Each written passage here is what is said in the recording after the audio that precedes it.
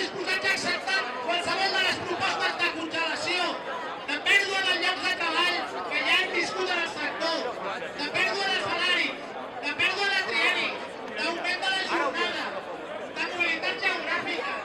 Hem perdut més de 40.000 llocs de treball en aquest sector. Volem un conveni just i digne. Visca els treballadors del sector d'estalvi, visca el sector financer i els seus treballadors.